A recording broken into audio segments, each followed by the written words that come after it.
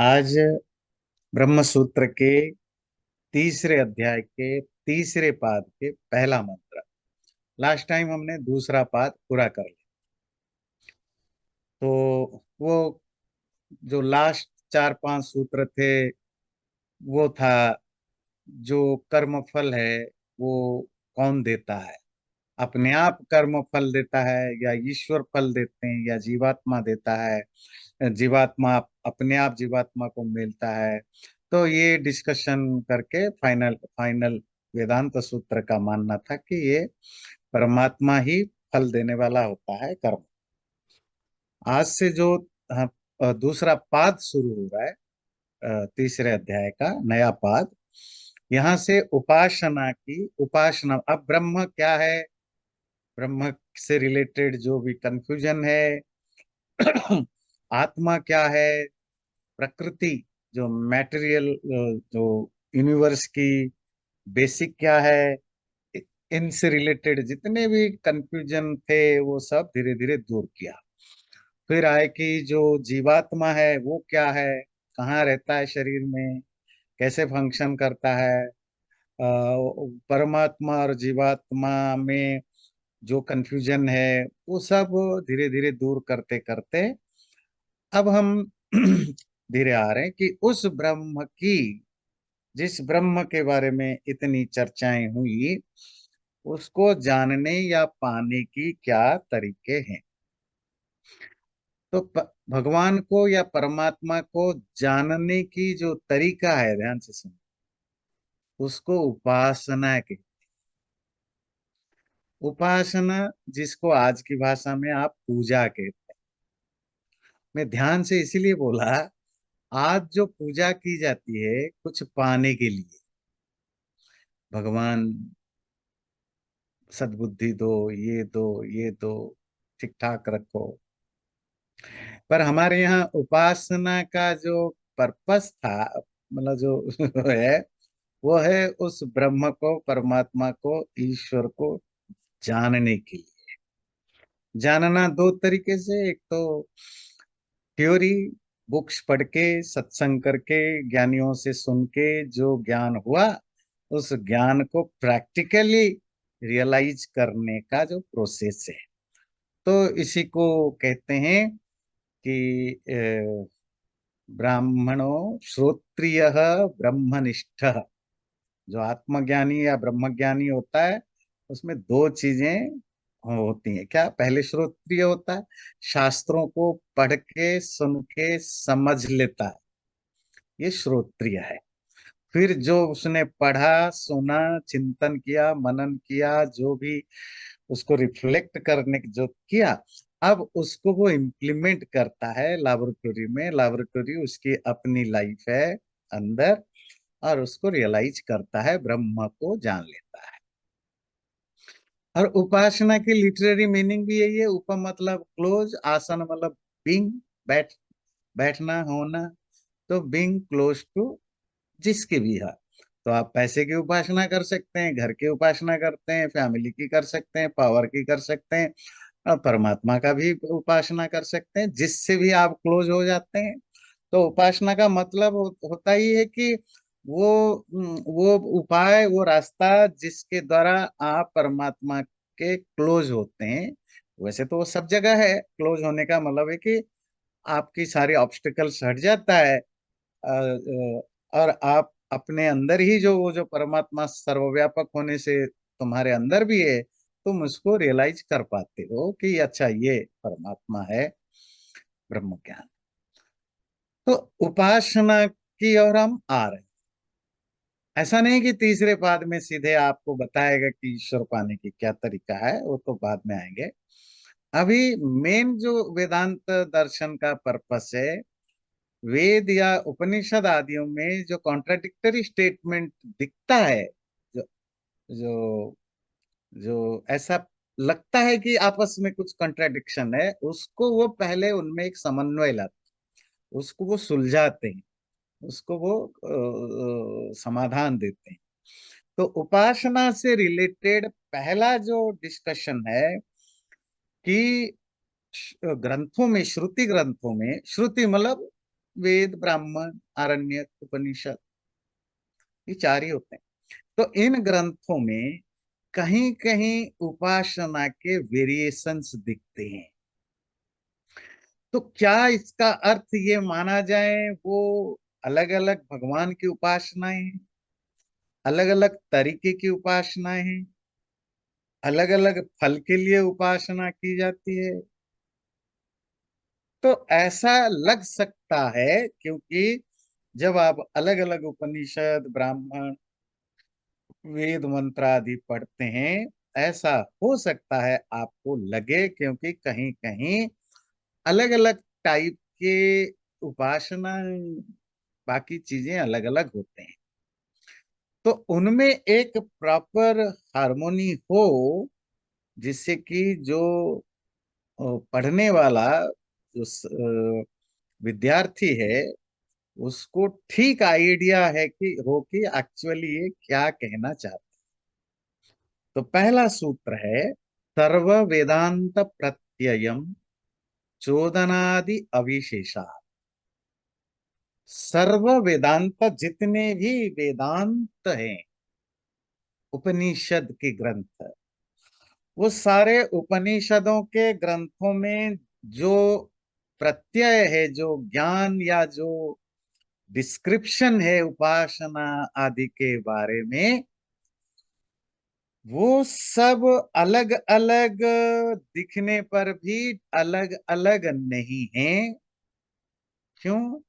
चोदना आदि अविशेषात। चोदना कहते हैं इंजंक्शन, या जो विधिवाक्य होता है, जो कमांडिंग स्टेटमेंट होता है, तो उसमें अविशेष होता है, नॉन डिफरेंस, या कोई कोई यूनिकनेस या कोई डिफरेंसेस नहीं दिखता। सारे श्रुति ग्रंथों में जो उपासना के बारे में बताया गया है, प्रत्यय मतलब जो ज्ञान है, वो उनमें कोई डिफरेंसेस नहीं है। क्योंकि जो विधि वाक्य है, वो विधि वाक्य का अर्थ है जो इंजंक्टिव स्टेटमेंट है, जो स्टेटमेंट आपको कुछ करने के लिए मोटिवेट करता है, उन स्टेटमेंट में कोई डिफरेंसेस नहीं दिखता। चलिए अब आते हैं, इसको समझने से पहले इसकी बैकग्राउंड समझते हैं। तो जैसे कि शुरुआत में मैंने कहा, वो अलग अलग उपनिषदों में उपासना के बारे में कुछ उसमें तीन तरह की डिफरेंसेस, नाम की डिफरेंसेस दिखता है। कहीं उस उपासना का जो बताया गया उसको, अच्छा, उपासना और विद्या, विद्या नॉलेज, ये दोनों को एक ही सिनोनिम के रूप में भी बहुत सारे जगह यूज हुआ है। जैसे दहर विद्या कहीं चर्चा हुई है, कहीं शांडिल्य विद्या मतलब शांडिल्य स्टाइल की उपासना, कहीं दहर की उपासना, कहीं वैश्वानर उपासना या विद्या, कहीं उद्गीत विद्या, कहीं पंचाग्नि विद्या, कहीं प्राण विद्या, कहीं मधु विद्या। तो उपासना की चर्चा में इतने अलग अलग तरह के नाम मिलते। तो जो जो थोड़ा ज्यादा समझता नहीं, उसको तो लगेगा कि ये अलग अलग तरह की पूजाएं हैं, अलग अलग तरह की उपासनाएं हैं। दूसरा होता है, कभी कभी अलग अलग उपनिषदों को पढ़ने पर या एक ही उपनिषद के अलग अलग स्टेटमेंट में ऐसा लगता है कि ये जो अलग अलग उपासना बताए गए, उनकी जो एंड रिजल्ट है वो भी डिफरेंट हैं। और तीसरा, जो ऑब्जेक्ट ऑफ उपासना अर्थात उपास्य, जिसको तुम भक्ति करते हो, जिसकी भक्ति करते हो, जिसके लिए उपासना करते हो, वो भी अलग अलग मालूम पड़ता है। कहीं वैश्वानर की, कहीं प्राण की, कहीं उद्गीत की, ऐसे अलग अलग नाम पर मिलता है। तो तीन तरह के डिफरेंसेस हमें दिखाई देता है इनिशियली, है ना। एक तो नाम अलग अलग मिलते हैं, दूसरा जो उनकी रिजल्ट्स है वो भी अलग अलग कहीं दिखते हैं, और जो उपास्य है, जिसकी पूजा की जाए, जैसे ब्रह्म है, कहीं ब्रह्मा है, कहीं प्राण है, कहीं दहर है, कहीं वैश्वानर है, तो ये नाम भी उपास्य भी अलग अलग हो जाता है। तो इनकी चर्चा पूरे इस पाद में हम करेंगे, और इस पाद में 66 सूत्र हैं, तो वो तो हम पूरे डिटेल में वन बाय वन करेंगे। पर इनिशियली फर्स्ट स्टेटमेंट है कि ये ओपिनियन है जिसको एस्टैब्लिश किया जाएगा कि जो डिफरेंसेस दिखता है वो डिफरेंस नहीं है, वो एक्चुअली सब एक ही बात कहते हैं पर डिफरेंट वे है। पहले सूत्र में जो कॉज या कारण दिया, ये देख लीजिए, डिफरेंसेस ना होने का, चोदनादि अविशेषात। तो संस्कृत में एक धातु है चोदना, जिसको कहते हैं प्रेरणा, मोटिवेशन। मीमांसा दर्शन की पहला दूसरा सूत्र ही है, अथा तो धर्म जिज्ञासा चोदना लक्षणार्थो धर्म। जैसे आप ब्रह्म सूत्र पढ़ते हैं ना, तो ब्रह्म सूत्र का पहला सूत्र क्या है? अथा तो ब्रह्म जिज्ञासा। यहाँ हम ब्रह्म की बारे में जानने की इच्छा कर रहे हैं। जिज्ञासा मतलब जानने की इच्छा, क्यूरियोसिटी है, तो ब्रह्म की चर्चा है। मीमांसा में किसकी चर्चा है? अथा तो धर्म जिज्ञासा, धर्म की जिज्ञासा है। जिज्ञासा मतलब जानने की इच्छा। फिर धर्म का डेफिनेशन दूसरे सूत्र में देता है, क्या? चोदना लक्षण अर्थ धर्म। वो धर्म है जो चोदना के द्वारा डिस्क्राइब किया गया। यहाँ चोदना मतलब वेद वाक्य।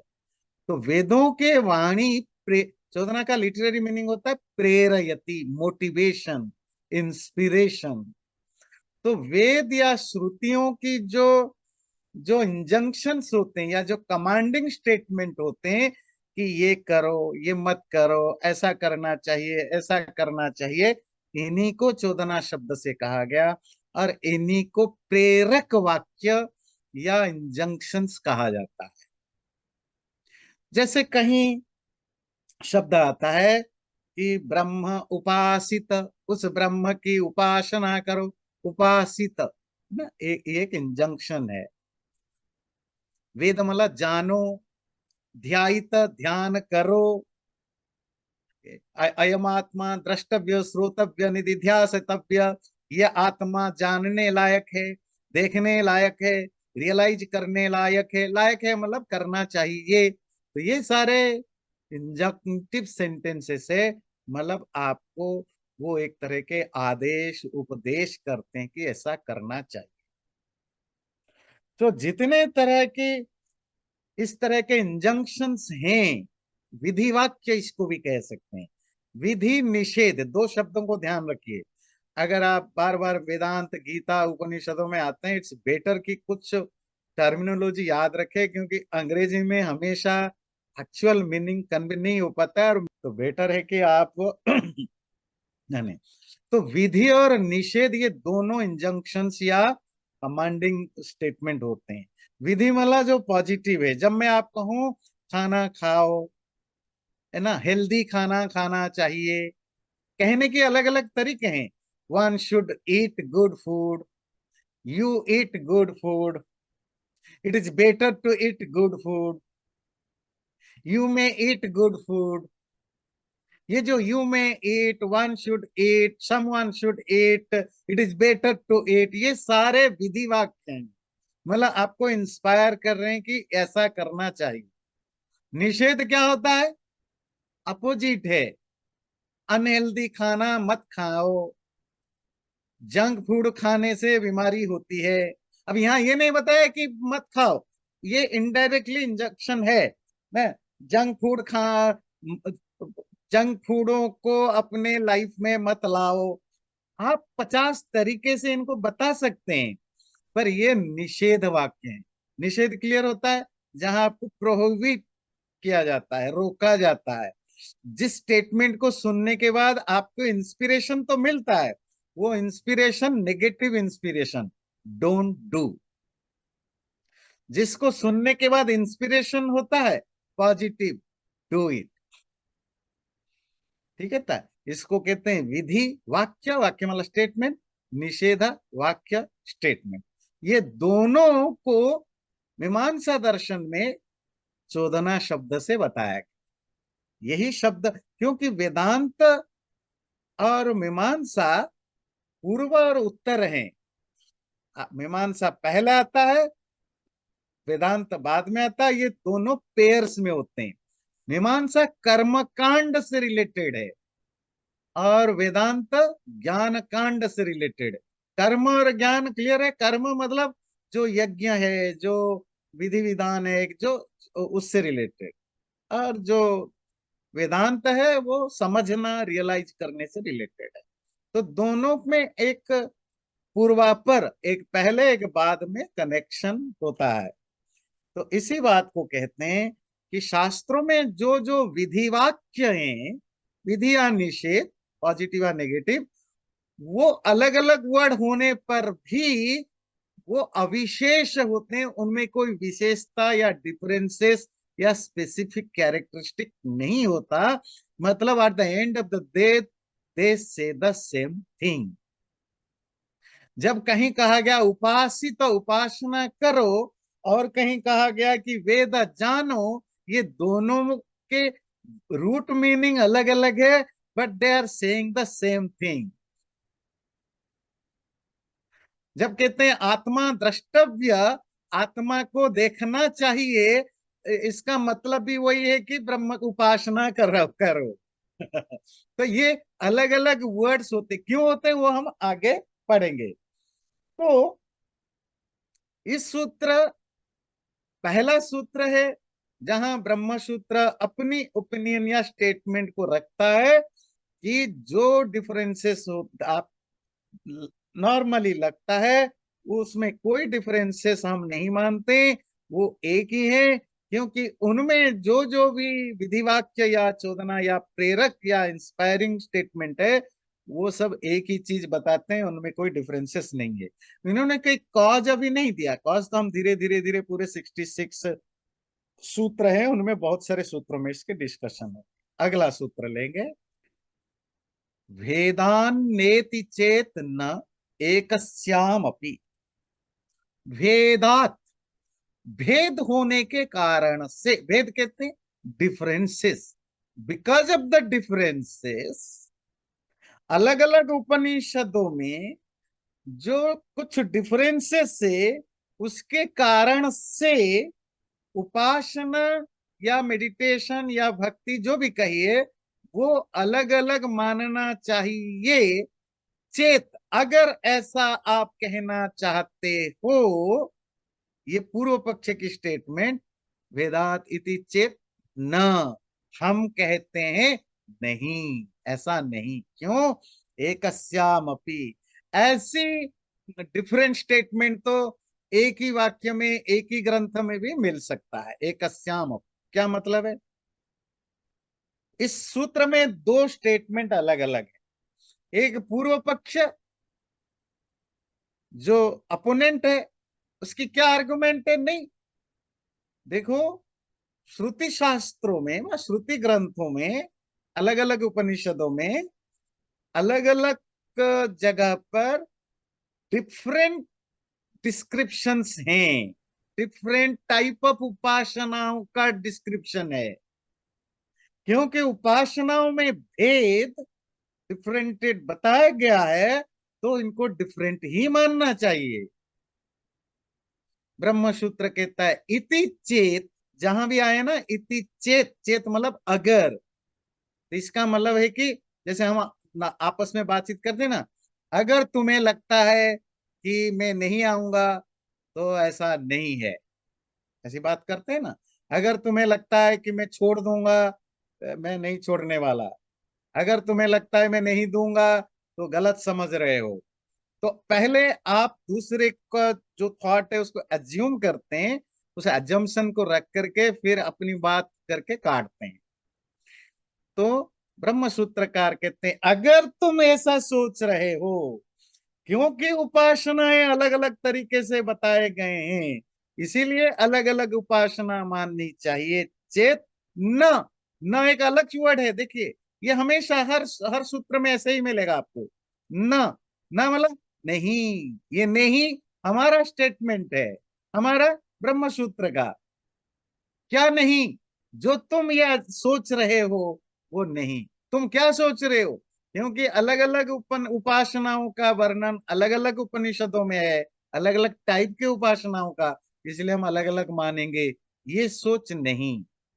मतलब एक ही उपासना है, एक ही की तरीके की है, अलग अलग तरीके की नहीं। लॉजिक कॉज क्या है? अगर आप, क्योंकि अलग अलग बुक्स में, अलग अलग ग्रंथों में थोड़ा वेरिएशंस आपको मिलता है या माइनर डिफरेंसेस दिखता है, इस नाते आप कहोगे कि अलग अलग मानो। वो तो एक ही बुक में, एक ही ग्रंथ में भी, एक ही स्टेटमेंट में भी दो अलग अलग डिफरेंसेस मिल सकता है। जैसे सपोज हम आप बात कर रहे हैं और मेरी बातचीत, हमारी बातचीत में भी एक ही बात को कहने के लिए एक ही स्पीकर अपनी 2 मिनट की स्पीच में कितने तरीके के वो चीजें यूज कर लेता है। कल बहुत बारिश होगी, गड़गड़ाहट आवाज की या थंडरस्टॉर्म होने की चांसेस बहुत ज्यादा है, आपको बाहर नहीं निकलना चाहिए, ऐसा मैंने बोला। फिर बातचीत करते हुए मैंने बोला ये थंडरस्टॉर्म बहुत खतरनाक होते हैं, जो भी बाहर निकलेगा उसकी मरने की चांसेस बहुत है, घायल होने की चांसेस बहुत है। इसमें मैंने, इस सेंटेंस में मैंने नहीं बोला कि बाहर मत निकल, मैंने सिर्फ बोला कि, या किसी दूसरे ने बोला कि घायल होने की चांसेस बहुत है। तीसरा स्टेटमेंट मैंने और किसी को दिया कि जब भी थंडरस्टॉर्म होता है, लाइटनिंग होता है, तो कोई ना कोई चीज जल जाता है, पेड़ हो, इंसान हो, कोई ना कोई चीज जल जाता है। Be careful. तो मैंने कभी कहा बी केयरफुल, कभी कहा कि डोंट गो आउटसाइड, कभी कहा कि some time people got burn. ये मैं अलग अलग वर्ब यूज कर रहा हूँ, अलग अलग टाइप के वर्ड्स यूज कर रहा हूँ। तो क्या एक्चुअली में अलग अलग बातें बता रहा हूँ? मैं एक ही बात बता रहा हूँ, थंडरस्टॉर्म होने वाला है, और जो भी मैसेज लेना है वो लो, यही है कि बी केयरफुल, घर में रहो, बाहर मत निकलो, निकलो तो यही स्टेटमेंट है। वो तो एक ही वाक्य में भी हो सकता है, एक ही स्टेटमेंट में भी इस तरह के डिफरेंसेस आएंगे। तो अगर आप इस तरह के सोचोगे कि अलग अलग ग्रंथों में, अलग अलग लैंग्वेज में अलग अलग तरीके से उपासना है, इसलिए अलग अलग है, फिर तो एकस्याम अपि, एक ही जगह पर भी डिफरेंसेस हो सकते हैं। तो इसलिए वो रियल डिफरेंसेस नहीं है। तो अब देखते हैं कि अलग अलग उपनिषदों में क्या डिफरेंसेस है। जैसे छांदोग्य उपनिषद के 5, 10, 17 में, 10 से 17 में एक वैश्वानर उपासना का डिटेल है। उसी छांदोग्य उपनिषद में 5:1:1 में दहर उपासना का डिस्क्रिप्शन है। मतलब नाम बदल गया, एक जगह वैश्वानर उपासना है विद्या, एक जगह दहर विद्या। वैसे दहर का मतलब हृदय होता है ना, हार्ट को दहर कहते हैं, वो हार्ट जिसमें आत्मा रहती है, ये जो आपने पढ़ा था। इसी तरह बृहदारण्यक उपनिषद में वो उपासना की जो डिस्क्रिप्शन है उसका नाम दिया मधु विद्या। मधु, मधु समझते हैं, हनी, स्वीटनेस। इसी तरह छांदोग्य उपनिषद 5:10:10 में इसी उपासना प्रसंग का नाम दिया पंचाग्नि विद्या। मतलब नॉलेज और उपासना 5 फायर्स, पंचाग्नि। बृहदारण्यक उपनिषद 6:2:14 में षडग्नि, छह छह अग्नियों का वर्णन मिलता है।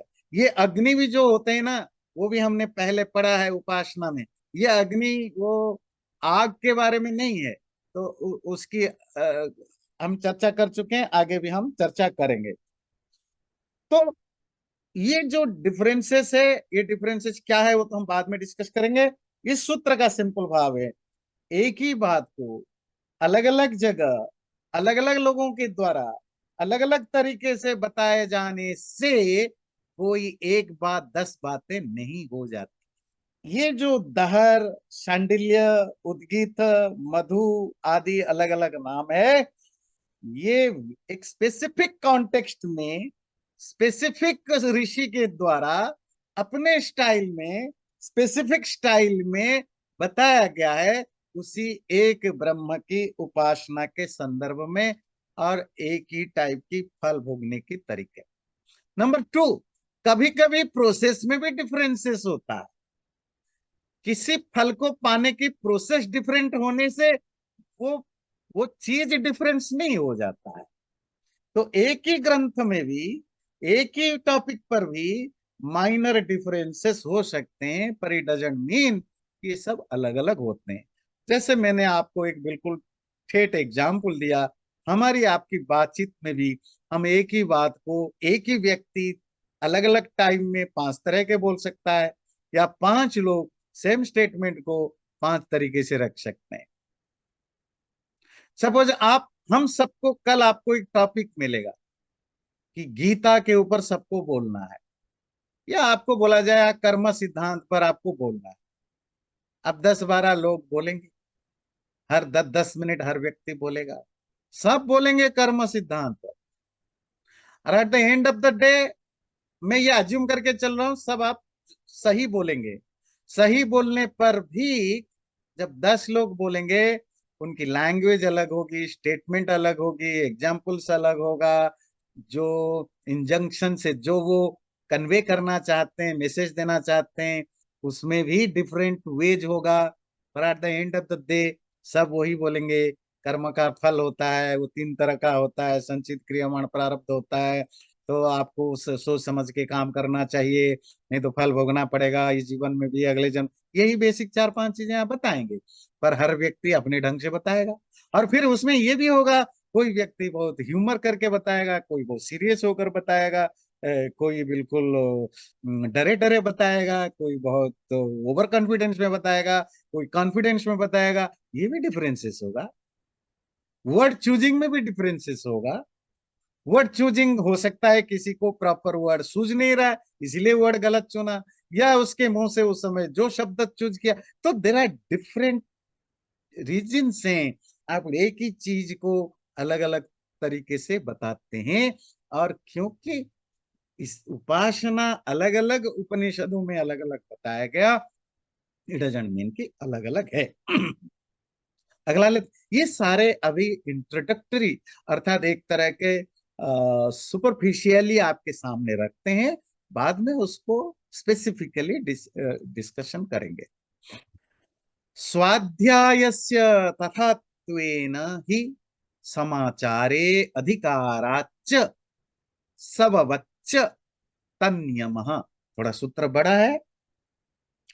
स्वाध्याय पढ़ना, स्टडी करना, इसको सूत्र को समझने से पहले, क्योंकि बड़ा सूत्र है, थोड़ी इसकी बैकग्राउंड समझ लीजिए, फिर आपको शब्द समझ में आएगा। ऐसा है कि मुंडक उपनिषद में, मुंडक उपनिषद जब पढ़ते पढ़ते लास्ट की ओर गए, कंक्लूजन के आसपास, तो उसमें ये आता है कि गुरु सिर्फ उसी व्यक्ति को ही ये मुंडक उपनिषद सिखाए, तेषामेवमेताम ब्रह्म विद्याम वदेत, जो शिरो व्रत का पालन करे। हर किसी को मुंडक उपनिषद, ये जो उपनिषद में मैंने बताया मुंडक में, वो सबको नहीं बताना, गुरु के लिए निर्देश है। वो उसी को सिखाना जो शिरो व्रत का पालन करे। ये शिरो व्रत क्या होता है? तो शिरो व्रत एक पर्टिकुलर, मतलब ये सिंपल मीनिंग है कि यज्ञ करना, और एक स्पेसिफिक यज्ञ है जिसको कहते हैं एकर्षि अग्नि से यज्ञ करना, और ब्रह्म को जानने की इच्छा रखना। तो जिसमें जिज्ञासा हो, ब्रह्म जिज्ञासा, ब्रह्म को, परमात्मा को जानने की जेन्युइन और इंटेंस डिजायर, इच्छा हो, और वो एकर्षी अग्नि से यज्ञ करता हो, गुरु को चाहिए कि वो सिर्फ उसी व्यक्ति को ये ज्ञान दें। नैतत अचीर्ण व्रतो अधिते, जो इस व्रत का पालन नहीं करता, उसको ये ज्ञान नहीं देना। इस पूरे विधि को शिरोव्रत विधि कहते हैं। पूर्व पक्ष का कहना है कि ये जो व्रत की मुंडक उपनिषद में आया कि जब तक आप ये ना करो तब आपको ब्रह्म ज्ञान नहीं मिलेगा, और ब्रह्मों की उपासना नहीं कर सकते हो, और किसी दूसरे उपनिषदों में इस तरह की कोई स्टेटमेंट नहीं है। अपोनेंट कह रहा है कि ये जो कंडीशन है यहाँ, ये कंडीशन दूसरे उपनिषद में नहीं है। तो ये डिफरेंसेस, इसका मतलब मुंडक उपनिषद जिस उपासना की बात करता है, ये कुछ डिफरेंट टाइप की उपासना होगी। जो दूसरे उपनिषदों में दूसरे जगह कोई उपासना है, it should be something different, क्योंकि उनकी कंडीशंस अलग अलग हैं। ये पूर्व पक्ष है। उसी का आंसर देने के लिए ये सूत्र कहता है, सूत्र को देखिए। स्वाध्यायस्य तथात्वेन, शिरोव्रत जो है वो स्वाध्याय से या वेद या उपनिषद को पढ़ने से कनेक्टेड है, क्योंकि तथात्वेन इस प्रकार समाचार ठीक ठीक आचरण होने पर ही अधिकार, स्वाध्याय के अधिकार मिलता है। अधिकार मतलब यू विल बी डिजर्व और यू विल बी क्वालिफाइड, आपको क्वालिफिकेशन मिलता है पढ़ने के लिए। सबबच्च, जैसे सब कहते हैं यज्ञ, जैसे यज्ञ का होता है संयम, तन्नियम, जैसे यज्ञों में भी ये नियम होता है, इसी तरह स्वाध्याय में भी ये नियम। तो क्या भाव हुआ कि शिरोव्रत इस पर्टिकुलर कॉन्टेक्स्ट में मुंडक उपनिषद में, ये समझ में आया ना जो मुंडक उपनिषद की मैंने कॉन्टेक्स्ट समझाया। और अगेन फिर मैं थोड़ा और कर दूं, मुंडक उपनिषद अथर्ववेद से रिलेटेड उपनिषद है। तो उसको पढ़ने के लिए ये परंपरा, एक ट्रेडिशन बना हुआ था जिसको आप शिरोव्रत कहते हैं, कि ये शिरोव्रत को विधि पूर्वक प्रॉपर प्रोसेस के साथ जब आप आचरण, यहाँ देखिए समाचार शब्द आया ना, यहाँ समाचार हिंदी वाला समाचार नहीं, न्यूज, समाचरण, सम आचरण, अच्छी तरह प्रॉपरली इसको प्रैक्टिस करने से अधिकार मिलता है। अधिकार, क्वालिफाइड होते हो आप क्या करने के लिए, स्वाध्याय करने के लिए। सब बच्च, सब कहते हैं यज्ञ को भी सब कहते हैं, यज्ञ का दूसरा नाम वत मतलब जैसा, यज्ञ जैसा।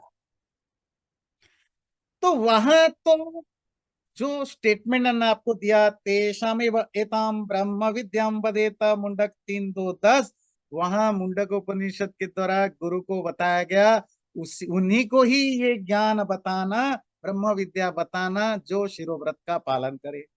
फिर आगे कहते हैं नैतद अचीर्ण व्रतो अधीते, जो इस व्रत का आचरण नहीं किया हुआ होगा, आचरण समझते हैं ना, लाइफ में प्रैक्टिस नहीं किया हुआ होगा, वो ये उपनिषद ना पढ़ें। ऐसा मुंडक उपनिषद 3:2-11 में आता है। अपोनेंट ने जो समझा उस समझ में गलती है। अपोनेंट मतलब आप भी गलत समझ सकते हैं। अपोनेंट ने इस चीज की आर्गुमेंट की कि मतलब यहां ये बताना चाहता है कि शिरोव्रत पालन नहीं करोगे तो ब्रह्म की, परमात्मा की, ईश्वर की उपासना नहीं कर सकते हो। उपासना करने के लिए आपको शिरोव्रत करना पड़ेगा। ब्रह्म सूत्रकार कहते हैं आपने ये इस व्रत का कोई रिश्ता, रिलेशनशिप उपासना के साथ है ही नहीं। किसके साथ है, बोले लास्ट लाइन को देखो, जो वर्ब यूज हुआ है, जिसको मैंने कहा ना विधि वाक्य, अधीते, अध्ययन करना। अगर तुम ये व्रत नहीं करोगे, इसको पढ़ नहीं सकते हो। दूसरा गुरु के लिए कहा न वदेत, बोलना नहीं। बोलना और सीखना ये दोनों स्टडी से रिलेटेड होते हैं, पढ़ने से। और उपनिषदों को पढ़ना परमात्मा की उपासना नहीं होती है, उपासना अलग चीज है। तो यहाँ जो अधिकार की बात हुई, क्वालिफिकेशन की बात हुई, वो उपनिषद या वेद को पढ़ने के लिए क्या आपको कुछ क्वालिफाई करना पड़ेगा, और शिरोव्रत आचरण की तरह क्वालिफाई करोगे। यहाँ उपासना के लिए ये कंडीशन नहीं लगाया गया, इसीलिए बी क्लियर, इसका उपासना से कोई लेन देन नहीं है। इसीलिए अगर बाकी उपनिषदों में भी जो ब्रह्म उपासना है, मुंडक उपनिषद में भी वही ब्रह्म उपासना है, ये वाला कंडीशन उपासना के लिए लागू नहीं होगा। अगला है दर्शयति च। और जो अभी ब्रह्म सूत्रकार ने बताया कि जितने भी उपनिषदों में या श्रुति ग्रंथों में ये जो अलग अलग उपासना है ऐसा लगता है, पर वो एक्चुअली अलग अलग नहीं है, एक ही है। ये सिर्फ मैं ब्रह्मसूत्रकार बादरायण नहीं बोल रहा हूं, ऐसा दर्शयति च, ऐसा हमारे शास्त्रों में भी इंस्ट्रक्शंस दिया गया है। दर्शयति मतलब दिखाना, है ना? शास्त्रों ने दिखाया है या रिवील किया है या इंस्ट्रक्शन दिया है। तो इसका मतलब है कि इसका सिंपल मीनिंग क्या है कि वेदों में या शास्त्रों में इसकी रेफरेंसेस मिलते हैं। देखिए, एक ही बात को कहने के कितने तरीके होते हैं, इसी को देख लीजिए। दर्शयति, वदति, दर्शनात्, कथनात्, प्रमाणात्, इन सब का एक ही मतलब है, शास्त्रों में लिखा गया है। अशास्त्रों में लिखा गया तो मैं आपको दो चार शास्त्र कोट करूंगा, दैट्स इट, और कुछ नहीं इसका मतलब है। अब चलिए कोट करते हैं। ऋग्वेद का 1:52-14, 1:52.14। एको अन्य चक्र से विश्वमानुषक, एको अकेला, वो अकेला ईश्वर ने ही सब कुछ बनाया और अपने नियंत्रण में लिया, और उस अकेले ईश्वर की ही उपासना करनी। यजुर्वेद 5:14, यजुर्वेद 11:4, यजुर्वेद 37:2, ऋग्वेद 5:81:1, ये सारे रेफरेंस एक ही मंत्र जो इतने जगह रिपीट हुआ है। युंजते मन उत युंजते धियो विप्र विप्रस्य बृहतो विपश्चितः। आगे लंबा मंत्र है, इसका मतलब है कि जो ज्ञानी योगी व्यक्ति है वो अपने मन को, अपनी बुद्धि को, अपनी विचार को उसी एक परमात्मा जो महान है, सर्वज्ञ है, उसी को साक्षात्कार करने के लिए व उसको रियलाइज करने के लिए लगाता है। इसी तरह कठोपनिषद 2:2-12, एको वशी सर्वभूत अंतरात्मा, अकेला वो परमात्मा सबका वशी है, कंट्रोलर है, बॉस है, मालिक है, और सर्वभूतांतरात्मा, सभी प्राणियों के अंदर वो रहता है। इसी तरह श्वेता श्वेतर उपनिषद 6:11 में बहुत ज्यादा कोट नहीं करूंगा, सिर्फ दो चार कोट करूंगा, वैसे तो आपको हजारों कोटेशन मिलेंगे। एको देव सर्वभूतेषु गूढ़, एक ही देव परमात्मा जो सभी प्राणियों के अंदर गूढ़ है, छुपा हुआ है। इसी तरह कठोपनिषद 1:2-15, सर्वे वेदा यत् पदमामनन्ति तपांसि सर्वाणि च यद् वदन्ति यदिच्छन्तो ब्रह्मचर्यं चरन्ति तत्ते पदम संग्रहेण ब्रवीम्योमिति। अब ये तो पढ़ रहे थे, याद हो गया है। तो जिसको सारे वेद गुनगुनाते हैं, जिसको पाने के लिए तपस्वी तपस्या करते हैं, जिसको जानने के लिए लोग ब्रह्मचर्य का पालन करते हैं, हे शिष्य नचिकेता, ये कठोपनिषद है ना, हाँ। हे शिष्य नचिकेता, मैं तुम्हें संक्षेप में समराइज करके बताऊं वो क्या है। वो उसको ओम है। वो ओम क्या है? परमात्मा का नाम। जब आप ओम कहते हो, ब्रह्मा या परमात्मा या ईश्वर जो भी कहे, हमारे सनातन धर्म में परमात्मा का नाम है ओम। वो अलग बात है, आजकल के हिंदुओं को ओम से ही चीड़ मचा है। वो पता नहीं राधे राधे, राम राम, कृष्ण कृष्ण, फिर खाली ओम बोलने में भी इतनी पेट में दर्द होता है, साथ में हरि ओम शिवो हम, पता नहीं क्या क्या जोड़ते जाते हैं। अब ये हिंदुओं की बीमारी है, वो शास्त्रों में लिखे हुए व्यक्ति को आज इट इज ले नहीं सकते। इनके बाबा लोगों को, पंडितों को, इनको कुछ ना कुछ छेड़खानी करना है, अपने तरफ से कुछ जोड़ना है, भूल जाते हैं। ऐसे करते करते एक दिन इस धर्म का जो जो जो रूट है वो कहीं मिट जाएगा। तुम इतने चेंज करते जाते हो। खैर, वो हमारी पुरानी समस्या है, पिछले 1000-1500 साल की। हम चीजों को आज इट इज नहीं ले पाते हैं। तो परमात्मा का जो नाम हमारे शास्त्रों में बताया गया है, ओम। कठोपनिषद में भी यम नचिकेता को कहते हैं। मैं तुम्हें अगर समराइज करके बताऊं, उसको ओम कहते हैं। ओम मतलब परमात्मा। इसी तरह छांदोग्य उपनिषद 1:1:1, पहला मतलब बिल्कुल स्टार्टिंग बिगिनिंग मंत्र। ओम इत्येतदक्षरम उद्गीतम उपासित, ओम इति ही उद्गायति। छांदोग्य उपनिषद का भी पहला मंत्र क्या? ओम इति एतदक्षरम। वो जो ओम परमात्मा, परमात्मा का नाम जो अक्षर है, अविनाशी है, उसी को उद्गीत कहते हैं। उद्गीत क्या आज पढ़ेंगे? उद्गीत कहते हैं। उसी की उपासना करो। उसी को जोर जोर से लोग ओम बुलवाते हैं। तो आजकल कोई जोर से ओम नहीं बोलता, कोई नहीं बोलता। बहुत रेयरली कोई हिंदू बच गया है जो ओम बोलता है। सबकी अपनी अपनी ढबली बना करके बैठ गए सब। हम्म। तो खैर, जो दुखद है दुखद है। चलिए आगे चलते हैं। तो ये जो इतने सारे एग्जाम्पल्स आपके सामने रखा, यही बताने के लिए कि जो सूत्र ने वाला शास्त्रों में भी वही बताया गया क्या? एक ही ब्रह्म है वो, उसी की उपासना है। और वो उपासना भी एक ही टाइप की है। ब्रह्म भी, ईश्वर भी एक ही है, उसकी उपासना भी एक ही है। कोई डिफरेंसेस नहीं है, शास्त्रों में भी भरे पड़े हैं।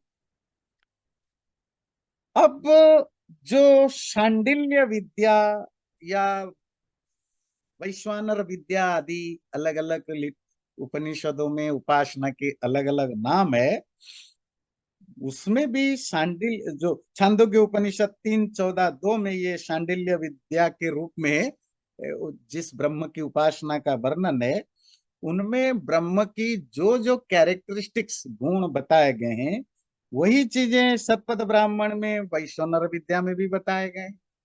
मतलब नाम उधर वैश्वानर है, यहाँ उद्गीत है, कहीं शांडिल्य है, नाम अलग अलग है। तो शतपथ ब्राह्मण में भी वही है, छांदोग्य उपनिषद भी वही है।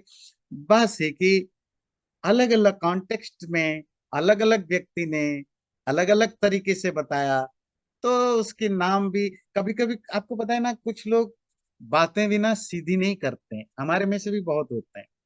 वो बड़ा मेटाफोरिकली बात करते हैं। आप उनको सिंपल पूछो आप कैसे हैं, नॉर्मली आप आंसर देते हैं हाँ ठीक हूँ, या ठीक नहीं हूँ, या अच्छा हूँ। तो क्या कहेंगे? हाँ, भगवान की कृपा। भगवान की कृपा जब आप बोलते हैं, क्या आप समझ जाते हैं ना भगवान की कृपा का अर्थ? वो सिर्फ उसका मतलब यही है कि हाँ मैं ठीक। आपने पूछा आप कैसे हैं, मैंने बोला भगवान की कृपा। तो भगवान की कृपा का अब क्या अर्थ निकालेंगे बताइए? यही अर्थ निकालेंगे कि आचार्य जी कह रहे हैं कि वो ठीक है, यही तो समझेंगे ना। पर मैंने तो ये नहीं कहा कि मैं ठीक हूं, मैंने से कहा कि हाँ भगवान की कृपा। हमारी जो बातचीत करने की जो तरीके होते हैं, वो आम व्यवहार में भी अलग अलग होते हैं। और हमें कोई कंफ्यूजन नहीं होता है कि इस व्यक्ति ने, मैंने तो पूछा हाउ आर यू, और उसने कहा वो God's bless, God's grace. God's grace को आप वहां जा करके कोई डिक्शनरी ला करके ढूंढ के कोई इंटरप्रेट नहीं करते कि उसने, आप समझ गए कि इसने बोला I am okay, that is the sense. Channel को सब्सक्राइब जरूर करें और वीडियो अच्छा लगे लाइक भी जरूर करें।